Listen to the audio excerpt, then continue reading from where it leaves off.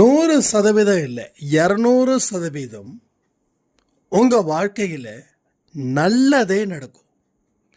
நீங்கள் செய்ய வேண்டியது எல்லாம் ஒன்றே ஒன்று தான். அது என்ன ஏது அப்படின்றது தான் இந்த பதிவு. இங்கே குறைகள் இல்லாமல் நீங்கள் நிறையா வாழணும்னு சாயப்பா தவிச்சுக்கிட்டு இருக்காருன்னா நம்ப முடியுதா? செத்து செத்து பிழைக்கிறேன் அப்படின்னு சொல்கிறோமே, நீங்கள் சாகுறீங்க, அவர் பிழைக்க வைக்கிறாரு. நீங்கள் சாகுறீங்க, அவரை பிழைக்க வைக்கிறாரு. அவருடைய விருப்பம் என்ன தெரியுமா? உங்கள் கர்மாக்கள் முடிஞ்சிடுச்சுங்க. உங்கள் கர்மாக்கள் ஆல்மோஸ்ட் ஃபினிஷ்ட். இப்போ சிறப்பான வாழ்க்கையோட தொடக்கத்தை தான் அவர் உங்களுக்கு கொடுத்துக்கிட்டு இருக்காரு. ஆனால் நீங்கள் அதை மறுக்கிறீங்க. பல சந்தர்ப்பங்கள் அவர் உங்களுக்காக காத்துக்கிட்டு ஏமாற்றத்தோடு இருக்கிறாரு. அவர் திரும்பி போகிறதுக்குள்ள கெட்டியமாக பிடிச்சிக்கோங்க. உங்களுடைய அத்தனை பிரச்சனைகளுக்கும் தீர்வு ஆகணும்னா அவருடைய பார்வை உங்கள் மீது இருந்தால் மட்டுமே நடக்கும். அவருடைய வழி உங்கள் வழியாக இருந்துருச்சுன்னா நான் சொன்ன அத்தனையும் உங்கள் வாழ்க்கையில் சந்தோஷமான மனநிலையில் அவர் உங்களுக்கு அள்ளி கொடுப்பாரு. நீங்கள் பெரு வாழ்வு வாழ்வீர்கள்.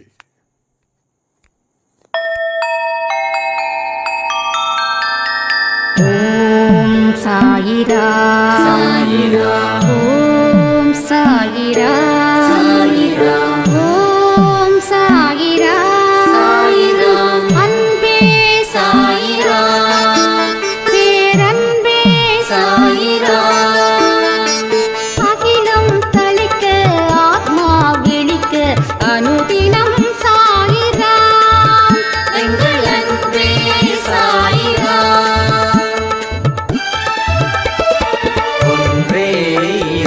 ஒன்றே பூமிக்கென்றும் சாயிரா, சரணம் சாயிரா, நன்றே செய்து வாழ்வோம், நாம் ஒன்றே செய்து வாழ்வோம், அன்பே சாயிரா.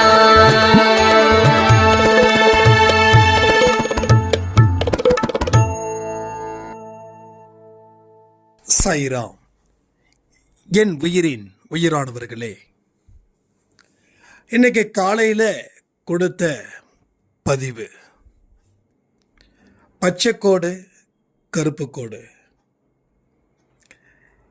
இதை 30 நாளைக்கு அந்த கோட்டு மேலே இன்னொரு கோட்டை போட சொன்னோம்.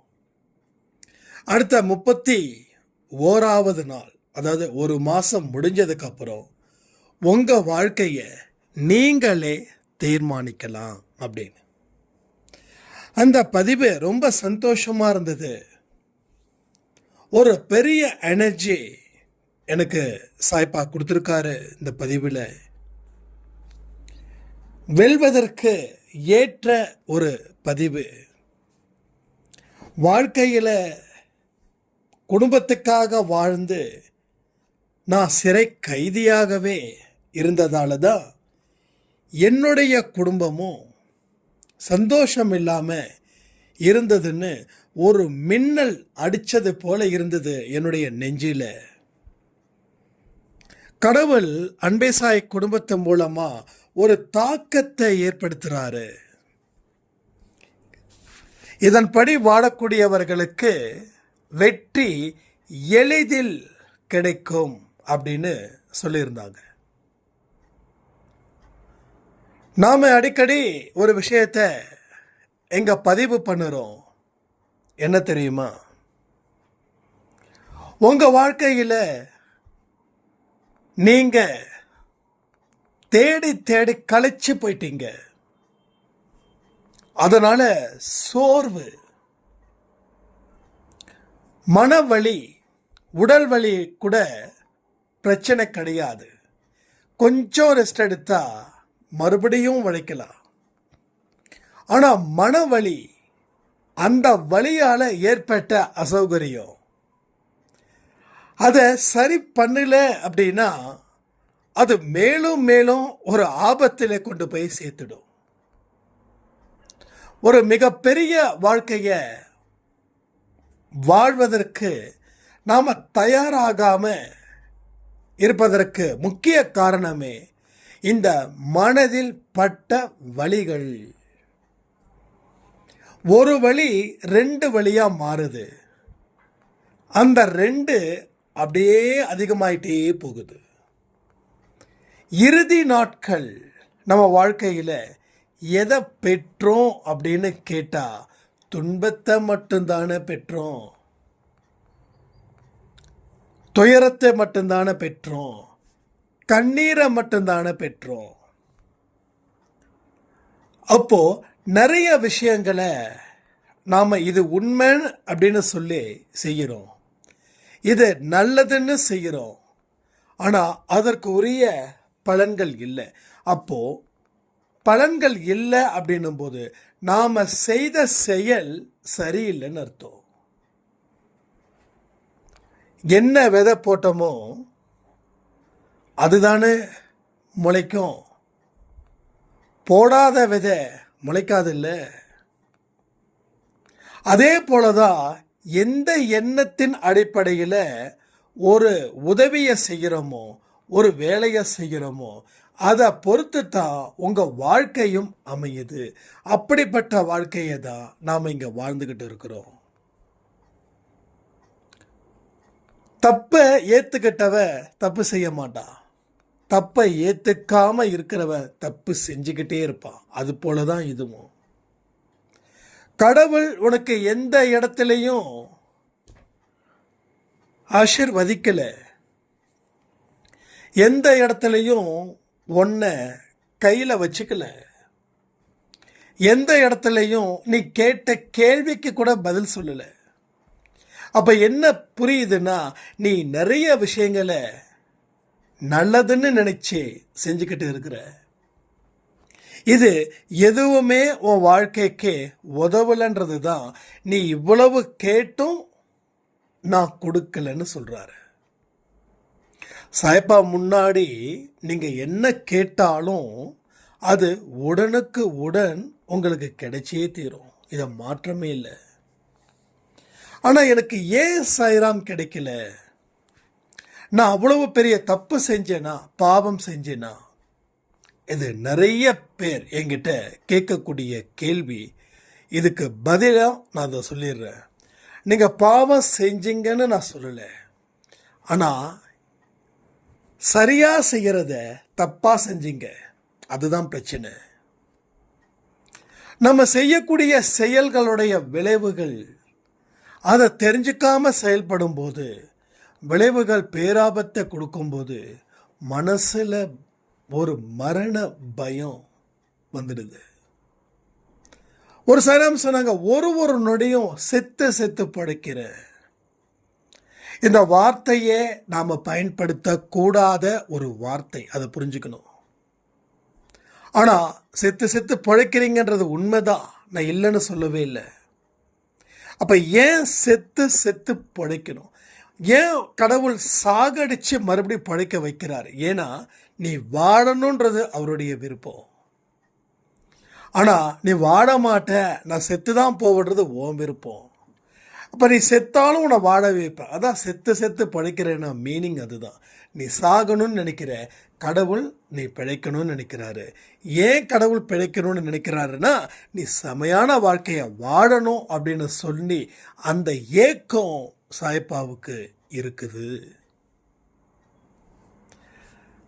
அவருடைய ஏக்கம் உங்களுக்கும் இருந்துருச்சுன்னா, ஏக்கம் பிளஸ் ஏக்கம் 100% வெற்றியை தேடித்தரும். 100%. 1 இல்லை 2 இல்லை. நீங்க என்ன நினைக்கிறீங்களோ அது நிறைவேறியே தீரும். அதற்கு எல்லாமே நாம தயாரா இருக்கிறோமான்றத நீங்க சாய்பா கிட்ட உறுதிப்படுத்தணும். நீங்க உறுதிப்படுத்தினால்தான் அவர் தனது தீர்க்கமான வேலைகளை செய்து உங்களுடைய வாழ்க்கையை மிகவும் சுவாரஸ்யமாக கொண்டு செல்வார். மிகப்பெரிய வெளிச்சத்தை ஏற்படுத்தணும்னு அவர் நினைக்கிறாருங்க. அந்த வெளிச்சத்துக்குள்ள நீங்க வராம இருக்கிறது தான் இங்க பிரச்சனையே. ஒன்ஸ் நீங்க அவரை நோக்கி வந்துட்டா அந்த வெளிச்சம் உங்கள் மீது படும். இருட்டில் என்னதான் அது நமக்கு சில நேரத்தில் சந்தோஷமா இருந்தாலும் அதுக்காக இருட்டிலேயே வாழ்ந்துட முடியாதுல்ல. இருட்டுன்றது தூக்கத்துக்கு ஒரு இருட்டு தேவைப்படுது. ஏன்னா வெளிச்சத்தில் தூங்க முடியாது. அப்போ இருட்டு எதுக்கு தேவையோ அதுக்கு இருக்கட்டும். அப்போ வெளிச்சம் உங்கள் வாழ்க்கையில் இருந்தாதான் எல்லா நல்ல விஷயங்களும் இங்கே நடக்கும். ஆனால் இருட்டிலேயே 24 மணி நேரம் உட்கார்ந்துக்கிட்டு இருந்தால் வாழ்க்கையில் என்ன சாதிக்க முடியும்? ஸோ அச்சீவ்மெண்ட் அப்படின்றது இல்லாமல் போயிடும். ஒரு கணமும் ஒரு நொடியும் சாயப்பாவை உன்னுள்ளவை. உன்னுடைய செயலில் கூட அவரை நீ பார்க்கலாம். பிரார்த்தனை செயல்முகள் மூலமாகவே செய்யலாம். நீ நல்லா வாழணும், உங்கள் குடும்பம் சந்தோஷமாக இருக்கணும். நீங்கள் எந்த வாழ்க்கையெல்லாம் வேணும்னு நினச்சிங்களோ அத்தனை வாழ்க்கையையும் அவர் கொடுக்கணும். இது என்னுடைய விருப்பம் இல்லை, அவருடைய விருப்பம். அவர் அப்படிப்பட்ட விருப்பத்தை தான் வச்சிருக்கிறார். நான் தனியாக சொல்ல நினைக்க வேண்டாம். அதை என்னுடைய விருப்பம் நான் சொல்லலை, அவருடைய விருப்பத்தை தான் இங்கே நான் உங்ககிட்ட சொல்லிக்கிட்டு இருக்கேன். அவருடைய வார்த்தைகளை தான் நான் இங்கே சொல்லிக்கிட்டு இருக்கேன். உங்களுக்கு வழிகாட்டியா அவர் இருக்கிறாரு. ஆனால் நீங்கள் அவருடைய வழியை ஏற்க மறுக்கிறீங்க. உங்ககிட்ட நான் கேட்டா இல்லை, நான் அவருடைய வழியின்படி தான் நான் நடக்கிறேன்னு சொல்லுவீங்க. ஆனால் கொஞ்சம் தீவிரமாக யோசிச்சு பாருங்க. நாம் அவருடைய வழியில தான் முழுவதுமாக நடக்கிறோமா, இல்லை அறகுறையா நடக்கிறோமா, இல்லை நடக்கவே இல்லையா? அப்போ முழுவதுமாக நடந்தா 100% வெற்றி, அறகுறையாக நடந்தா 50% வெற்றி. அவருடைய வழியில் நான் நடக்கவே இல்லை அப்படின்னா ஜஸ்ட்டு தோல்வி மட்டும்தான் கிடைக்கும். இது தோல்வி மட்டும்தான் கிடைக்கும். வேற எதுவும் உங்களுக்கு கிடைக்காமலே போயிடும். இதை எல்லாத்தையும் நீங்கள் புரிஞ்சுக்க முயற்சிக்க செய்யுங்க. அவருடைய வழியில் நாம் நடக்க வேண்டும். நடந்தால் என்ன ஆகும்? கர்மா குறையும். கர்மா மட்டும்தான் குறையும். உங்கள் வாழ்க்கையில் கர்மா குறையணுமா, உங்கள் வாழ்க்கையில் பலம் அதிகரிக்கணுமா, என்ன வேணும்? கர்மா குறைஞ்சாவே வாழ்க்கை வளம் அதிகரிக்கும். வளம்னா என்னதுங்க? யாராருக்கு எதெல்லாம் குறையா இருக்குதோ அது எல்லாம் நிறைகளாக மாறும். எவ்வளோ திரும்ப மாறும்? 200% மாறும். எனக்கு இதுதான் குறை, ஒன்றும் இல்லை. உங்கள் மகனுக்கு வயசு ஒரு 30-35 வச்சுக்கோங்க. பெண் பார்த்துக்கிட்டே இருக்கீங்க, எதுவுமே செட் ஆகலை. இது ஒரு பெரிய மனக்குறை. ஏன்னா உங்கள் காலத்தில் பையனுக்கு கல்யாணம் பண்ணி அவன் நல்லா வாழணும், அதுக்கப்புறம் கண்ணை மூடினா அது உங்களுக்கு திருப்தியாக இருக்கும். அப்போது உங்களுக்கு பார்த்த பெண் சரியில்லை. நிறைய பெண்கள் பார்க்குறாங்க, உங்கள் பையனை பார்க்குறாங்க, ஏதோ குறை, வீடு இல்லை, அது இல்லை, வாசல் இல்லை, அப்படி இப்படின்னு சொல்லிட்டு போகிறாங்க. உங்களுக்கோ வருத்தம். திடீர்னு ஒரு பெண் ரொம்ப அருமையாக, அற்புதமாக, அழகாக, சொன்னதெல்லாம் நல்ல பெண்ணாக, சொன்னதெல்லாம் கேட்கக்கூடிய அடிமை பெண் இல்லை, நல்ல பெண்ணாக, பார்த்தவனே பிடிக்குது, பழகி பார்த்தா பிடிக்குது, சந்தோஷமாக இருக்குது. இப்போது உங்களுக்கு எது குறையா இருந்ததோ கடவுள் நிறையா மாற்றுறாரு. 200% நிறையா மாற்றுறாரு. அப்பாடா, இத்தனை நாள் காத்துட்டு இருந்தது வீண் போகலை அப்படின்னு சொல்கிற அளவுக்கு அங்கே நடக்குது. அதே போலதாங்க உங்களுக்கு கடன் இருக்குதா, கடவுள் பார்க்குறாரு. அவருடைய வழியில் நீங்கள் நடக்கிறீங்க, சாய்ப்பா பார்க்குறாரு, என் குழந்தை எவ்வளவு வறுமையிலையும் எவ்வளவு கடன்லையும் நேர்மையாக இருக்குது. ரெண்டாவது, என்ன நம்பி இருக்குது. என்ன நம்பி இருக்கிற குழந்தைய நான் எப்படி கைவிடுவேன்?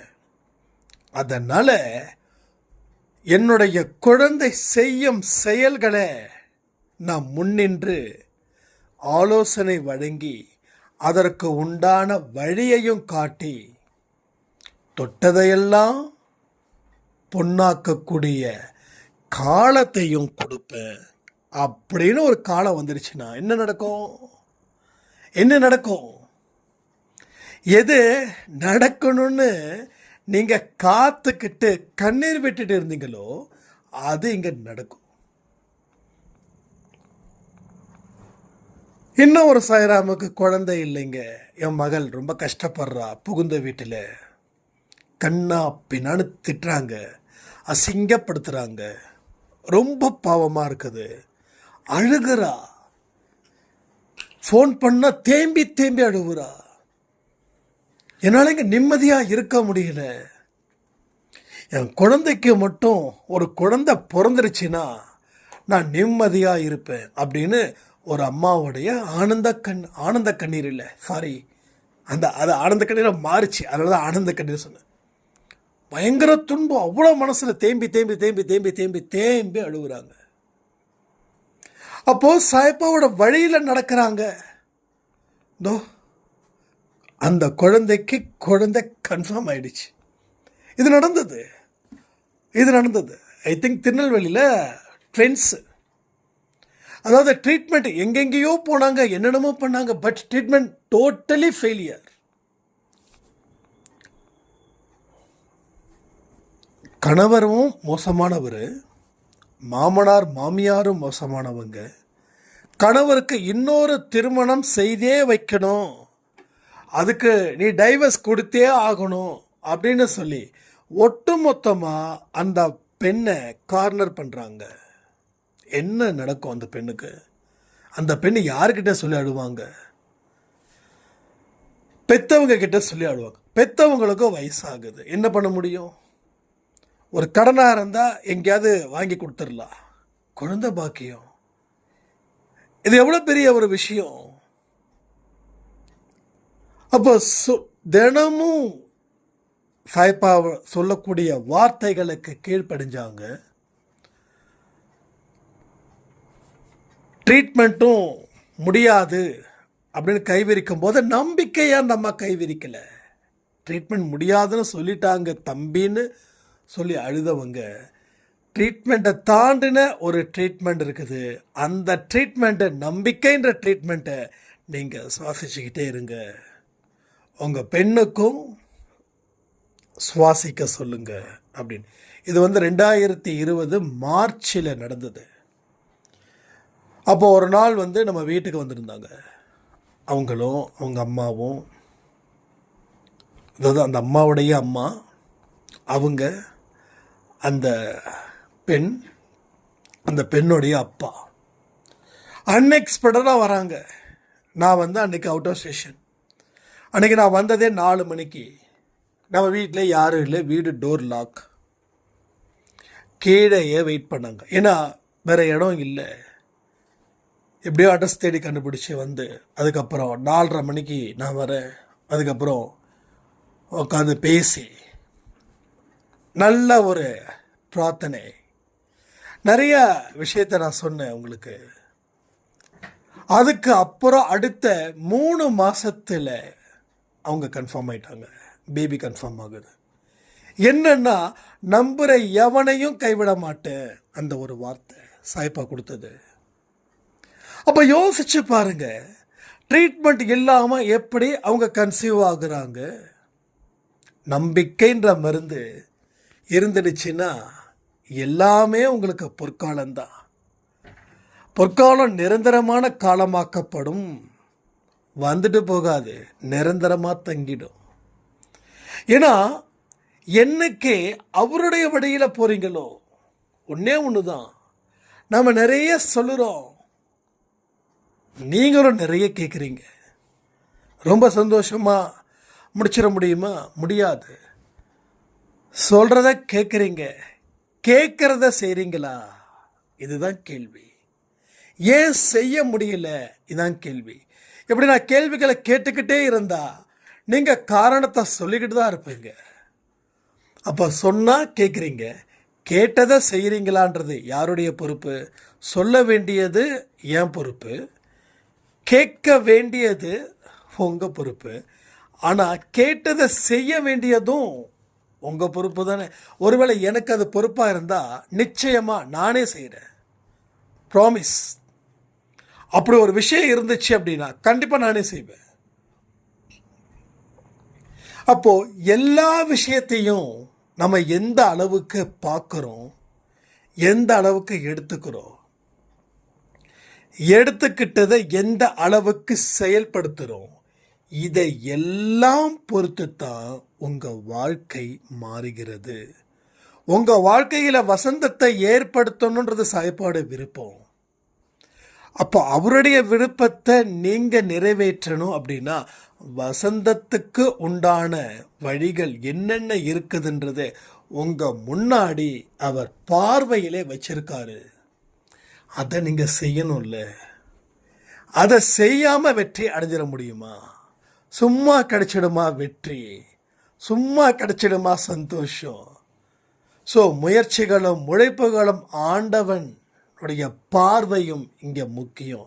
இது இருந்துச்சுன்னா எல்லா மனுஷங்களும் வெற்றி மேலே வெற்றி வந்து சேரும்.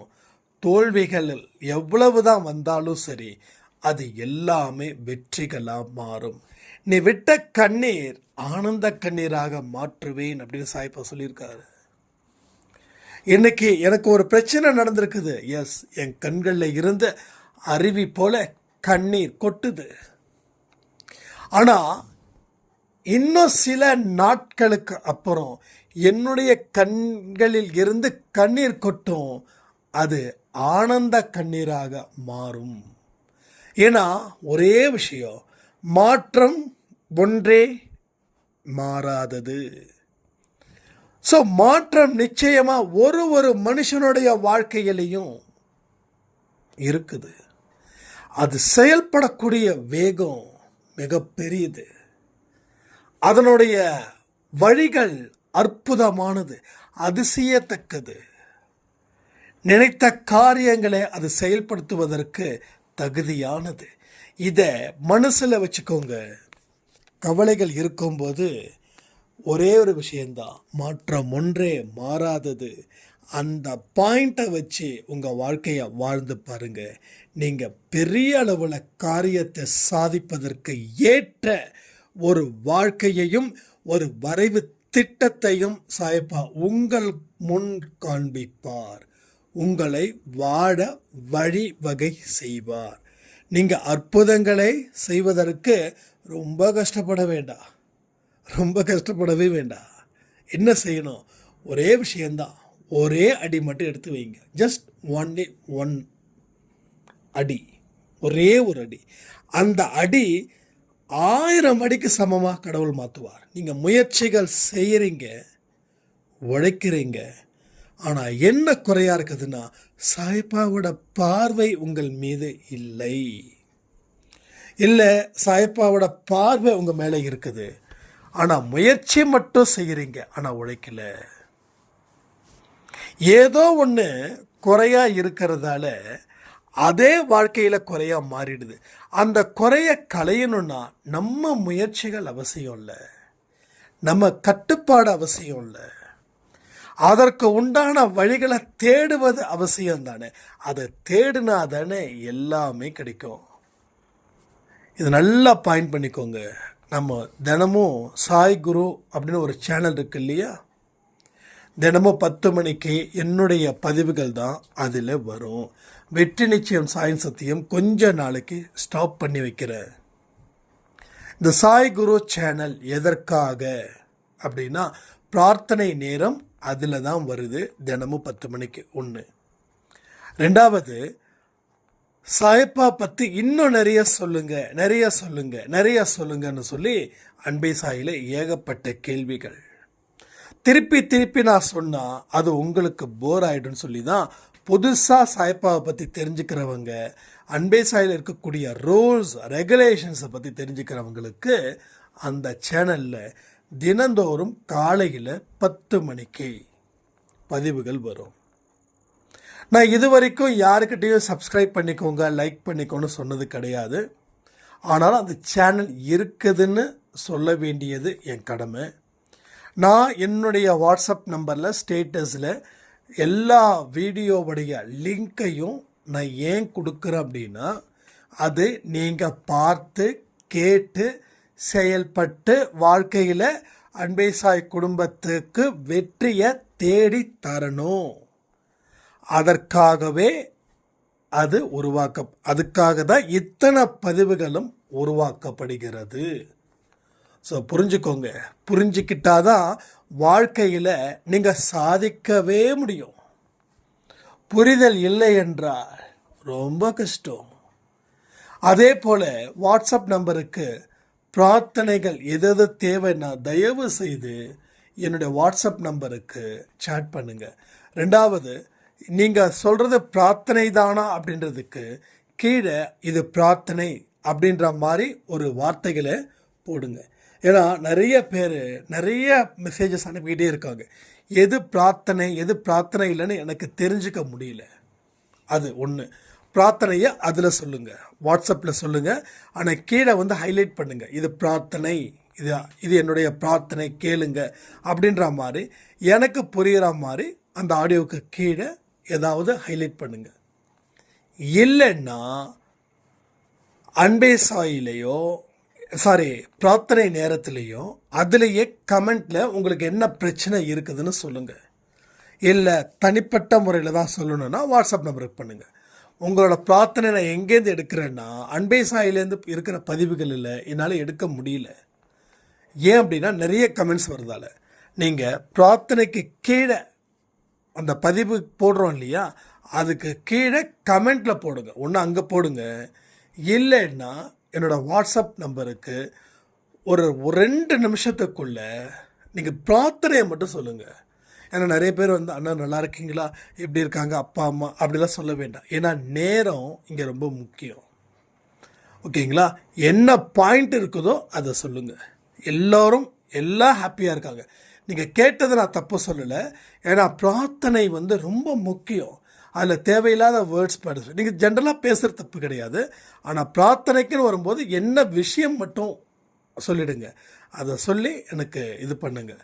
ஸோ என்னென்ன சந்தேகங்கள் இருக்குதோ எல்லாத்தையும் நீங்கள் கேளுங்க. நான் நிச்சயமாக பதில் சொல்கிறேன். நான் பதில் சொல்லலை அப்படின்னா தயவுசெய்து கோச்சிக்க வேண்டாம். எந்த நேரத்தில் பதில்கள் வரணும்னு சாய்ப்பாட விருப்பமாக இருக்குதோ அந்த நேரத்தில் நிச்சயமாக பதில்கள் உங்களை தேடி வரும்னு சொல்லி இந்த பதிவை நான் முடிக்கிறேன். ஜெய் சாய்ராம்.